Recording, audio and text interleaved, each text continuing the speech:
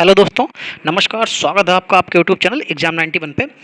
दोस्तों देखिए, हम लोग जो हम लोगों ने सीरीज़ चलाई है, ये सीरीज़ आपके प्रैक्टिस सेट की चल रही है, जिसमें आपको यूपीपी की प्रैक्टिस सेट मिल रहे हैं, जिसमें हिंदी और सामान्य ज्ञान की हम लोग सीरीज़ चला रहे हैं। ये आज आपका प्रैक्टिस सेट नंबर 7 है और अभी तक हम लोग 6 कर चुके हैं। जिन्होंने अभी तक ये प्रैक्टिस सेट सारे नहीं देखे हैं, एक बार देख लीजिए कि कैसा क्या लेवल आता है। सहायक परिचालक और जो ऐसे कर्मचारियों की ये जो है, इस तरीके के जो है हमारे पास, उसी तरीके की हम लोग चीज़ों को आगे बढ़ा रहे हैं, क्योंकि ये थोड़ा सा पेपर का लेवल थोड़ा सा इसमें यहाँ पे टफ़ आया था। इसमें ये जो है टफ़ आता है और यहाँ पे आपको 20 क्वेश्चन जीएस के और 20 क्वेश्चन साइंस के मिलते हैं। तो इसलिए हम लोग इसको आगे भी कंटिन्यू कर रहे थे, क्योंकि 10 प्रैक्टिस सेट थे। हमने कहा यहाँ से आप लोग जो है अगर ये चीज़ देख लेते हैं तो उसके बाद फिर हम लोग इसका जो बेसिक प्रैक्टिस सेट है हम लोग वो चालू कर देंगे। ठीक है, तो अभी देखिए क्या हो जाएगा। अब हम लोग जो है सामान्य ज्ञान का जो है आज हम लोग 7वां प्रैक्टिस सेट कर रहे हैं। इसको हम लोग देखते हैं। लिखा हुआ है, मौर्य समाज की राजधानी कहाँ स्थित थी। देखो, जो मौर्य समाज था उसकी राजधानी तो दोस्तों पाटलिपुत्र, वैशाली, लुम्बिनी, गया, इनमें से जो थी वो पाटलिपुत्र में थी। लेकिन जो मौर्य समाज था ये 322 से लेके 185 ईसा पूर्व तक की जो है इसकी जो स्थापना जो का श्रेय है, ये इतने से इतने साल तक के बीच में रहा था। बाकी इसकी स्थापना का श्रेय जो है वो चंद्रगुप्त मौर्य को जाता है और उनके मंत्री कौटिल्य को दिया जाता है। ठीक है, इन्होंने जो था कि नंद वंश के सम्राट जो घनानंद थे उनको पराजित करके मौर्य वंश की स्थापना की थी। ठीक है, और इनकी जो राजधानी थी वो पाटलिपुत्र थी, जिसका नाम आप पटना कह सकते हैं कि ये पटना में है, ये पटना हो गया अब। चलिए 62 नंबर देखिए क्या लिखा हुआ है। हल्दी घाटी का युद्ध कब लड़ा गया था। तो हल्दी घाटी का युद्ध जो है लड़ा गया था जी 18 जून 1576 ईस्वी को। ये अकबर और मेवाड़ के शासक महाराणा प्रताप के बीच में हुआ था हल्दी घाटी को। तो 18 जून 1576 में। चलिए 63 नंबर देखिए क्या लिखा हुआ है। वो लिखा है 1946 में कैबिनेट मिशन का नेतृत्व किसके द्वारा किया गया था। 1946 में कैबिनेट मिशन का नेतृत्व किसके द्वारा किया गया था। तो लिखा हुआ है Lord Linlithgow, Lord Mountbatten, sir Pethick Lawrence और सर माउंटफोर्ड। तो जो कैबिनेट मिशन जो था 1946 में भारत आया था, इसका जो है नेतृत्व किया था सर पैथिक लॉरेंस ने किया था। ठीक है, इस मिशन का जो मेन उद्देश्य था, इस लक्ष्य का बस इसका एक ही लक्ष्य था कि नेतृत्व को जो है भारतीय नेतृत्व को जो है सत्ता सौंपने की योजना पर विचार विमर्श करना था। ठीक है, चलिए फिर देखते हैं 64 नंबर में क्या लिखा हुआ। लिखा हुआ भारतीय संविधान में मौलिक अधिकारों की सूची संविधान से ली गई है। मौलिक अधिकार कहाँ से लिए गए हैं। तो भाई मौलिक अधिकार जो है अमेरिका, कनाडा, ब्रिटिश, फ्रांस, तो कहाँ से लिए गए हैं, अमेरिका से मौलिक अधिकार लिए गए हैं। ठीक है, बाकी ब्रिटिश संविधान से क्या क्या लिया गया है, संसदीय शासन लिया गया है, विधि का शासन लिया गया है, विधायी प्रक्रिया ली गई और एकल नागरिकता ली गई है। बाकी अमेरिका के शासन से मौलिक अधिकार, न्यायपालिका की स्वतंत्रता, न्यायिक पूर्वलोकन, राष्ट्रपति पर महाभियोग, ये सब जो है अमेरिका से लिया गया है। कनाडा से क्या लिया गया है, संघीय व्यवस्था ली गई है, अपशिष्ट शक्तियों का केंद्र में होना लिया गया है, केंद्र द्वारा राज्यपाल की नियुक्ति ली गई है, उच्चतम न्यायालय का परामर्शी अधिकार लिया गया है। फिर फ्रांस से क्या क्या लिया गया है, प्रस्तावना में स्वतंत्रता, समानता एवं बंधुता शब्द लिया गया है। फिर बाकी जर्मनी का जो बीमर संविधान है वहाँ से क्या लिया गया है, वहाँ से आपातकाल के समय मूल अधिकारों का स्थगन आपात उपबंध लिया गया है, या कह सकते हैं सीधे आपात उपबंध लिया गया है। चलिए 65 नंबर देखिए क्या लिखा हुआ है। भारत के राष्ट्रपति कितने राज्यसभा सदस्यों को मनोनीत कर सकते हैं। तो जो भारत के राष्ट्रपति होते हैं वो राज्यसभा में कितने सदस्यों को मनोनीत कर सकते हैं। यहाँ पे ये पूछा जा रहा है 6, 10, 12, 15। तो वो दोस्तों 12 कर सकते हैं। लोकसभा में 2 होते हैं, यहाँ पे 12 होते हैं।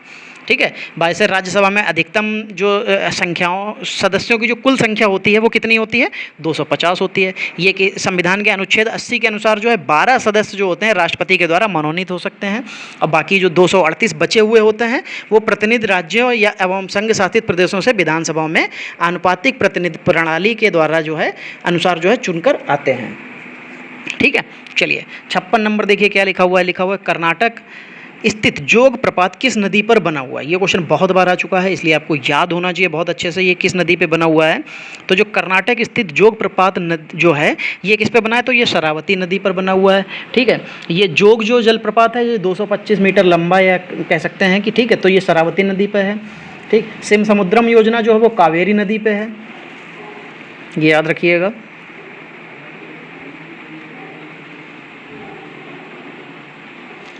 चलिए न्यूटन का पहला नियम किस रूप में जाना जाता है। भाई देखिए ये कितने बार क्वेश्चन आ चुका है कि अब तक तो आपको रट जाना चाहिए कि न्यूटन का पहला नियम जड़त्व का नियम या इनर्शिया का नियम कहा जाता है। इस नियम के अनुसार कोई भी वस्तु तब तक जो है गतिमान अवस्था में रहती है जब तक उस पर कोई बाह्य बल लगाकर उसे रोका ना जाए, और कोई वस्तु तब तक स्थिर अवस्था में रहती है जब तक उस पर कोई बाह्य बल लगाकर उसे गतिमान अवस्था में ना किया जाए, तब तक।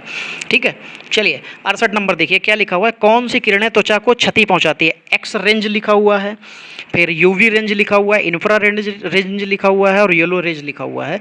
तो जो हमारे किरणों को त्वचा पहुंचाती है वो होती है यूवी रेज। इसी को रोकने का काम करती है जो हमारी ओजोन परत है। तो ये सूर्य से आने वाली यूवी रेज को रोकती है, जिससे त्वचा कैंसर भी हो सकता है। ठीक है, तो इसलिए ये उनको रोकती है, और अब वो धीरे धीरे उसमें छेद हो रहा है। तो एक समय ऐसा आएगा जब सूर्य की किरणें ही इंसान को मार देंगी। चलिए 69 नंबर, निम्नलिखित में कौन सी गैस को हास्य गैस कहा जाता है। तो नाइट्रस ऑक्साइड, नाइट्रोजन पराऑक्साइड, नाइट्रोजन या नाइट्रिक ऑक्साइड। तो दोस्तों जो हास्य गैस कहा जाता है वो किसको कहा जाता है, तो वो दोस्तों N2O को कहा जाता है, जिसका नाम होता है नाइट्रस ऑक्साइड। ठीक है, चलिए 70 नंबर देखिए क्या लिखा हुआ है, बीसीजी का टीका किसके संरक्षण के लिए लगाया जाता है। तो देखो जो बीसीजी की जो फुल फॉर्म होती है, पहले तो आपको ये पता होना चाहिए कि बैसिलस, कैलेमिटी और ग्यूरिन, ये इसकी फुल फॉर्म होती है। ये जो पूर्णतः तरीके से कह सकते हैं कि जो बीसीजी का टीका लगता है वो टीबी के लिए लगाया जाता है, या कह सकते हैं क्षय रोग की रोकथाम के लिए लगाया जाता है। ठीक है, टीबी की फुल फॉर्म क्या होती है, उसका नाम होता है ट्यूबरकुलोसिस। ठीक है,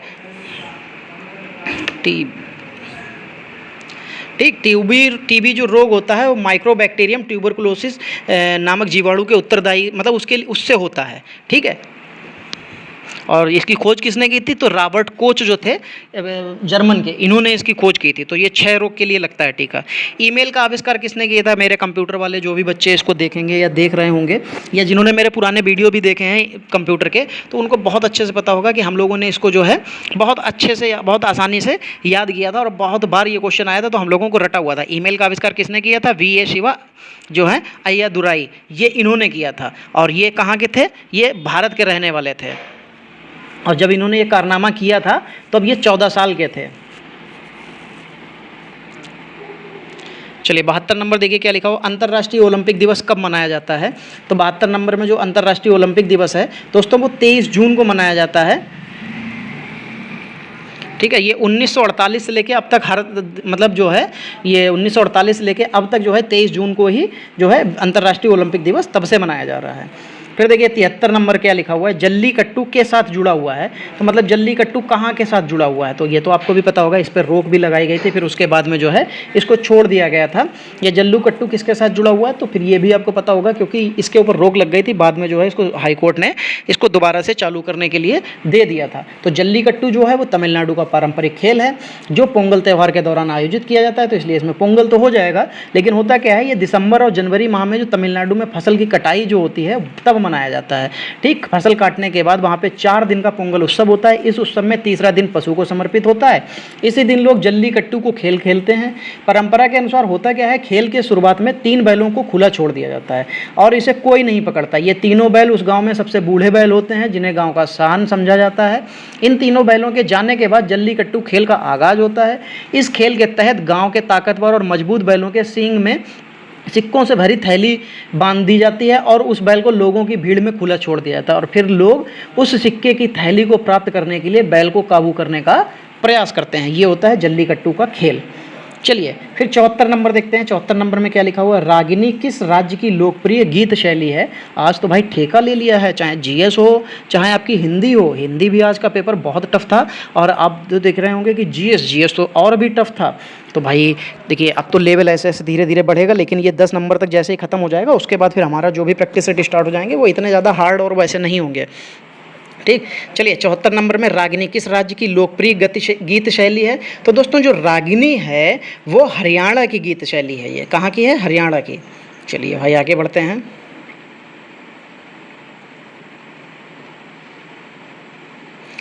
फिर देखिए लिखा हुआ है कि कारगिल की लड़ाई में पाकिस्तान के विरुद्ध भारतीय सेना के आक्रमण को किस नाम से जाना जाता है।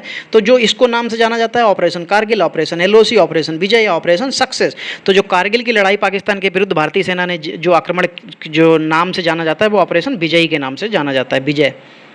चलिए 76 नंबर देखिए, 76 नंबर में क्या लिखा हुआ है? लिखा हुआ है शिक्षा के अधिकार के अंतर्गत केंद्र और राज्य के बीच आर्थिक भार को के अनुपात में बांटने का जो है सहमति बनी थी। तो दोस्तों ये 40-60, 30-70 या 50-50 या 65-35। तो दोस्तों जो शिक्षा का अधिकार अधिनियम 2009 के अंतर्गत जो है राज्यों के बीच जो है 65 और 35 का जो अनुपात में बांटने की सहमति बनी थी। चलिए 77 नंबर देखिए क्या लिखा हुआ है? किस देश के मानवाधिकार को बढ़ावा देने तथा उनकी सुरक्षा और निगरानी करने के लिए प्रशासनिक निकायों द्वारा स्थापित राष्ट्रीय मानवाधिकार संस्थानों का एक वैश्विक तंत्र कौन सा है? अच्छा भाई, तो राष्ट्रीय मानवाधिकार संस्था के लिए वैश्विक गठबंधन, मानवाधिकारों के लिए संयुक्त राष्ट्र का उच्चायुक्त, मानवाधिकार संस्थानों का मंच, अंतर्राष्ट्रीय मानवाधिकार समितियां। तो इसमें पहला बिल्कुल सही हो जाएगा कि राष्ट्रीय मानवाधिकार संस्थाओं के लिए वैश्विक गठबंधन। फिर देखिए 78 नंबर में क्या लिखा हुआ है? भारत के सर्वोच्च न्यायालय में भारत के राष्ट्रपति द्वारा नियुक्त मुख्य न्यायाधीश और अन्य न्यायाधीश शामिल होते हैं। कितने होते हैं टोटल? ये यहाँ पे हमसे पूछा जा रहा है। तो 24, 18, 33 और 30। तो इनमें से कितने होते हैं? तो दोस्तों देखो ये होते हैं 33 और ये किस में वर्णित है? तो ये भाग 5 में वर्णित है। कितने अनुच्छेद से कितने अनुच्छेद तक है? तो ये 124 से लेकर 147 तक जो है उच्चतम न्यायालय के गठन, स्वतंत्रता, न्याय क्षेत्र, शक्तियां, प्रक्रिया आदि का उल्लेख इसी में किया गया है। इसमें सर्वोच्च न्यायालय में भारत के राष्ट्रपति द्वारा नियुक्त न्यायाधीशों की संख्या 33 और अन्य न्यायाधीश शामिल होते हैं। एक तो मुख्य न्यायाधीश होता है और बाकी 33 अन्य न्यायाधीश होते हैं। चलिए 79 नंबर देखिए क्या लिखा हुआ? भारत के संविधान के कौन से घटक मानव अधिकारों के सिद्धांतों को शामिल करते हैं जैसा मानव अधिकारों की सार्वभौम घोषणा के परिकल्पित है? अच्छा भाई तो भारत के संविधान के कौन से घटक मानव अधिकारों के सिद्धांतों को शामिल करते हैं जैसे मानव अधिकारों की सार्वभौम घोषणा में परिकल्पित है? तो दोस्तों ये जो दिखा हुआ है मौलिक अधिकार, राज्य के नीति निर्देशक तत्व और मौलिक अधिकार। तो दोस्तों मौलिक अधिकार और राज्य के नीति निर्देशक सिद्धांत तो इसमें शामिल किए गए हैं, बाकी मौलिक कर्तव्यों को इसमें शामिल नहीं किया गया है। 80 नंबर देखिए, किसके तत्वाधान में निम्न दिल्ली के मुख्यमंत्री शपथ ग्रहण करते हैं? किसके तत्वाधान में ये पूछा जा रहा है कि जो दिल्ली के मुख्यमंत्री हैं वो शपथ ग्रहण करते हैं? तो राष्ट्रपति द्वारा नियुक्त उच्चतम न्यायालय के न्यायाधीश, दिल्ली के उपराज्यपाल, लोकसभा अध्यक्ष। तो दिल्ली के उपराज्यपाल होते हैं जिनके तत्वाधान में मुख्यमंत्री शपथ ग्रहण करते हैं। ठीक है, बाकी राज्यों में मुख्यमंत्री की शपथ कौन दिलाता है? वहाँ के राज्यपाल दिलाते हैं। चलिए तो सबसे पहले तो हम लोग यहाँ पे एक जो है 61 नंबर क्वेश्चन यहाँ पे दे रखा है, तो नहीं 60 नंबर दे रखा है, तो पहले तो वहाँ छोड़िए, आप इस पे आइए। चलिए 41 नंबर देखिए क्या क्वेश्चन लिखा हुआ है 41 नंबर में? सूर्य द्वारा उत्सर्जित हानिकारक विकिरण है क्या है? गामा किरणें हैं, परावैंगनी विकिरण है, अवरक्त किरणें हैं या अल्फा किरणें? भाई इसके बारे में तो मैंने अभी बताया आपको कि क्या आती हैं, यूवी किरणें आती हैं, अल्ट्रा वायलेट किरणें, जिनको क्या कहते हैं हिंदी में? अवरक्त किरणें कहते हैं, या परावैंगनी विकिरण कहते हैं। क्या कहते हैं? परावैंगनी किरण, जो सूर्य से उत्सर्जित हानिकारक विकिरण होते हैं। ठीक है, इनकी खोज जो है J.W. रिटर नामक वैज्ञानिक ने की थी, तो यहाँ पे ये सही हो जाएगा। 42 नंबर देखिए क्या लिखा हुआ है? माइक्रोवेव बैंड में उपग्रह के उपयोग के बिना संचार रेंज की दूरी बृहत रूप में पर निर्भर करती है। किस पर निर्भर करती है? आवृत्ति पर, प्रसारित एवं अभिग्रहित एंटीना की ऊंचाई पर, प्रसारण में उपयोगिता, मॉडुलन का प्रकार, उपयुक्त में से कोई नहीं। तो 42 नंबर में क्या हो जाएगा? माइक्रोवेव बैंड में उपग्रह के जो उपयोग के बिना संचार रेंज की दूरी बृहत रूप से प्रसारित एवं अभिग्रहित एंटीना की ऊंचाई पर निर्भर करती है। ऑडियो में मौलिक बैंड फ्रिक्वेंसी क्या होती है? ऑडियो में मौलिक बैंड जो फ्रिक्वेंसी होती है वो कितनी होती है? वो 100 किलो हर्ट्ज तक होती है, 20 हर्ट्ज तक होती है, 20 किलो हर्ट्ज तक होती है, इनमें से कोई नहीं। तो जो ऑडियो में मौलिक बैंड फ्रिक्वेंसी होती है वो 100 किलो हर्ट्ज तक होती है। 44 नंबर, स्थायी चुंबक में प्रयुक्त चुंबकीय पदार्थ कौन सा होता है? ये देखिए फिर से क्वेश्चन रिपीटेड हो गया है कि जो ये वाला क्वेश्चन तो आपको एक बार और भी देखने को मिल चुका है, तो वो हर बार, लेकिन ये जब भी क्वेश्चन आता है लेकिन इसके ऑप्शन आपको हर बार चेंज मिलते हैं, तो इसको ध्यान से देखिएगा। स्थायी चुंबक प्रयुक्त चुंबकीय पदार्थ कौन से हैं? लोहा, मृदु इस्पात, निकेल या कठोर इस्पात। तो दोस्तों कौन हो जाते हैं? ये कठोर इस्पात हो जाते हैं। विद्युत चुंबक को अपने दाएं हाथ में इस प्रकार पकड़ें कि आपकी उंगलियां धारा की दिशा बताएं, तो आपका खुला हुआ अंगूठा चुंबक के उत्तरी ध्रुव की ओर होगा। इस कथन किस नियम के अनुसरण करता है? तो ये तो आपको पता होगा ये किसका करता है, ये हेलिक्स का नियम करता है, सिरे का नियम करता है, लेंज का नियम करता है या फैराडे का नियम। इसमें कहा गया है कि विद्युत चुंबक को अपने दाएं हाथ में इस प्रकार पकड़ें कि आपकी उंगलियां धारा की दिशा बताएं, आपका खुला हुआ अंगूठा चुंबक के उत्तरी ध्रुव की ओर होगा। तो ये हेलिक्स का नियम हो जाता है।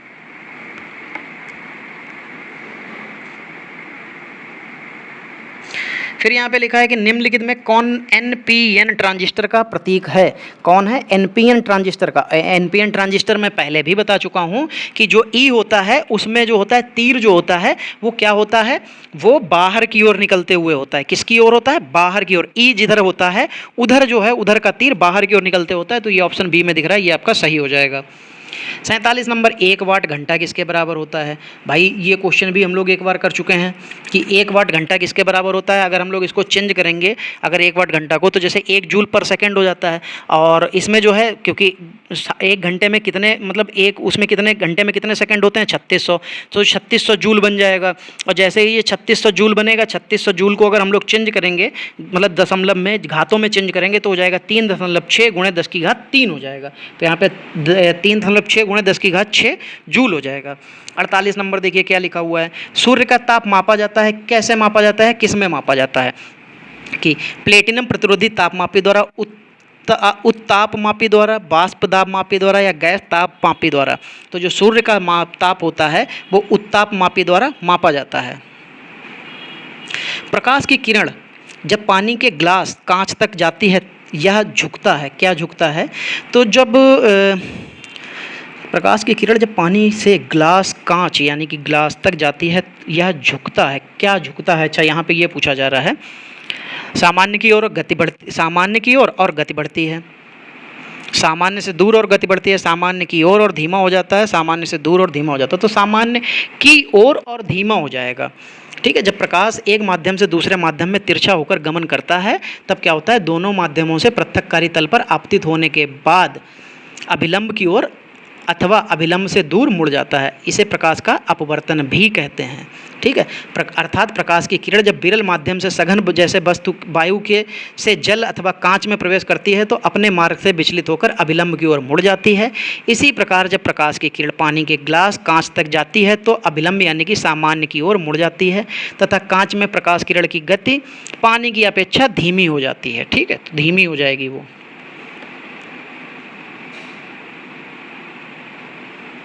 प्रत्यावर्ती धारा परिपथ में अनुनाद की दशा क्या होती है। तो इसमें जो अनुनाद की दशा होती है वो आपको मिल जाएगी यल बराबर 1/ω2c, तीसरा ऑप्शन मिल जाएगा, यही सही होगा। 51 नंबर, एसी परिपथ में धारा की दिशा है। एसी परिपथ में धारा की जो दिशा होती है वो कैसे होती है, धनात्मक से ऋणात्मक, हमेशा एक ही दिशा में क्षण क्षण में परिवर्तित। एसी का मतलब ही होता है अल्टरनेट करंट, तो इसलिए क्षण क्षण में परिवर्तित हो जाएगी। चलिए, निम्न में कौन सा स्थिति समय संबंध का समीकरण दर्शाता है। स्थिति और समय, तो न्यूटन का दूसरा समीकरण होता है S बराबर ut plus half AT square. ये जो है आपको समय और स्थिति को दर्शाता है। ये लगभग 3 दिन से लगातार ये आते हुए आपके पेपर में, और आपको अब तक ये याद हो जाना चाहिए कि ये तीसरा समीकरण इस मतलब दूसरे नियम का समीकरण होता है S बराबर ut plus half AT square.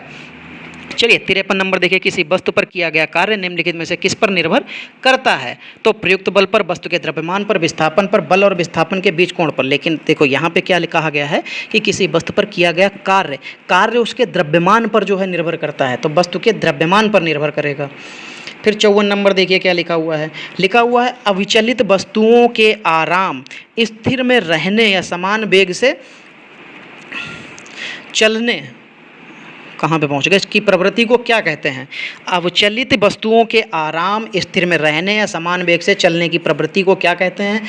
बल कहेंगे, जड़त्व कहेंगे, संवेग कहेंगे या ऊर्जा। तो दोस्तों उसको जड़त्व कहते हैं। न्यूटन का पहला नियम क्या होता है कि कोई वस्तु तब तक गतिमान अवस्था में बनी रहती है जब तक उस पर कोई बाह्य बल नहीं लगाया जाता। तो अविचलित वस्तुओं में के आराम या स्थिर में रहने या समान वेग से चलने, तो देखो वो स्थिर में स्थिर तब तक रहेगा जब तक बाहरी बल नहीं लगाया जाएगा, और वो समान अवस्था में चाल जो है उसकी तब तक रहेगी जब तक उस पर कोई बाहरी बल लगाकर उसको रोका नहीं जाएगा। 55 नंबर देखिए क्या लिखा हुआ है कि निम्नलिखित में कौन सा केंद्रीय बल होता है। गुरुत्वाकर्षण बल, श्यान बल, घर्षण बल या इनमें से कोई नहीं।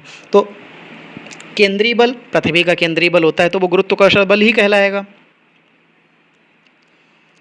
चलिए फिर यहाँ पे जो है लिखा हुआ है कि कूलाम नियम क्या कहता है, कूलाम का जो नियम है वो क्या कहता है, दो बिंदुओं अवशेषों के मध्य आकर्षण या प्रतिकर्षण बल का परिणाम दोनों आवेशों की मात्रा के गुणनफल के साथ साथ इनके बीच की दूरी के वक्र के व्युत्क्रमानुपाती होता है। दो बिंदु आवेशों के मध्य आकर्षण या प्रतिकर्षण के बल का परिमाण दोनों आवेशों की मात्रा के व्युत्क्रमानुपाती होता है और इनके बीच की दूरी के वर्ग के अनुक्रमानुपाती होता है।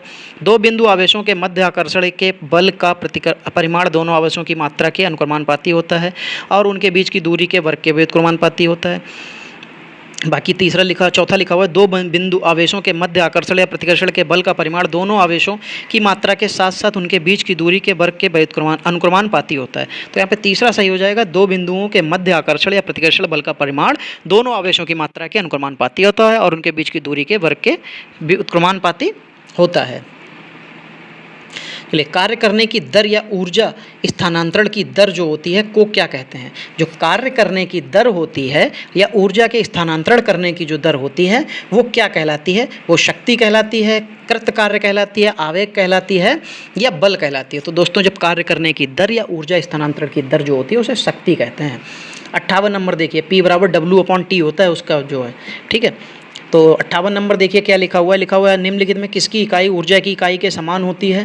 तो शक्ति, कार्य, घनत्व, बल तो किसके बराबर हो जाती है? निम्नलिखित में से किसकी इकाई ऊर्जा की इकाई की? तो अच्छा, ऊर्जा की इकाई तो कार्य के बराबर हो जाएगी।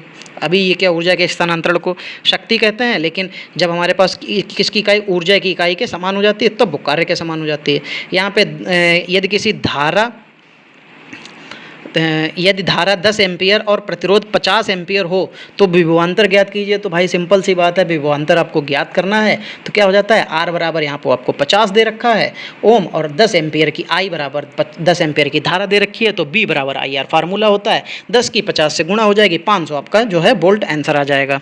क्या आ जाएगा? 500 वोल्ट इसका आंसर आ जाएगा। चलिए पहला क्वेश्चन जो इसका 60 नंबर क्वेश्चन है ये यहाँ पे दे रखा है। चलिए यहाँ पे हम लोग देखते हैं क्या है लिखा हुआ है, कौन से नियम एक चालक कंडक्टर के में संभावित विभवांतर एवं वर्तमान धारा प्रवाह के बीच संबंधों को बताता है? तो ये दोस्तों ओम का नियम होता है। ठीक है दोस्तों, देखिए आज हमारे जो पूरे 40 क्वेश्चन थे वो आज के यहीं पर समाप्त होते हैं। अगर आपको ये सेशन अच्छा लगा है तो वीडियो को लाइक और शेयर जरूर कर दीजिएगा। बाकी अगर जिनको अभी मैथ पढ़नी है तो अभी कुछ प्रॉब्लम्स चल रही थी जिनकी वजह से मैथ की क्लास स्टार्ट रेगुलरली नहीं हो पा रही थी, लेकिन अब वो आपको जल्दी ही मिल जाएगी। अभी मैं आपको एग्जैक्टली टाइम तो नहीं बता सकता हूँ, बस जो कमियां हैं उनको दूर किया जा रहा है, लेकिन जल्दी ही क्लास स्टार्ट होगी और हो सकता है वो 1-2 दिन में क्लास स्टार्ट हो जाए, हो सकता है 3 से 4 दिन भी लग सकते हैं। तो आप लोग निश्चिंत रहिए, आपको मैथ की क्लास मिलेगी और ऐसी क्लास मिलेगी जिसमें आपको कुछ भी करने की जरूरत नहीं होगी, बस आप जितना पढ़ाओ उतना पढ़ते रहिएगा रेगुलर के रेगुलर। आपको मैं गारंटी देता हूँ कि आपके 35 क्वेश्चन उसमें सही हो जाएंगे। चलिए दोस्तों मिलते हैं अगली क्लास में, तब तक के लिए जय हिंद दोस्तों।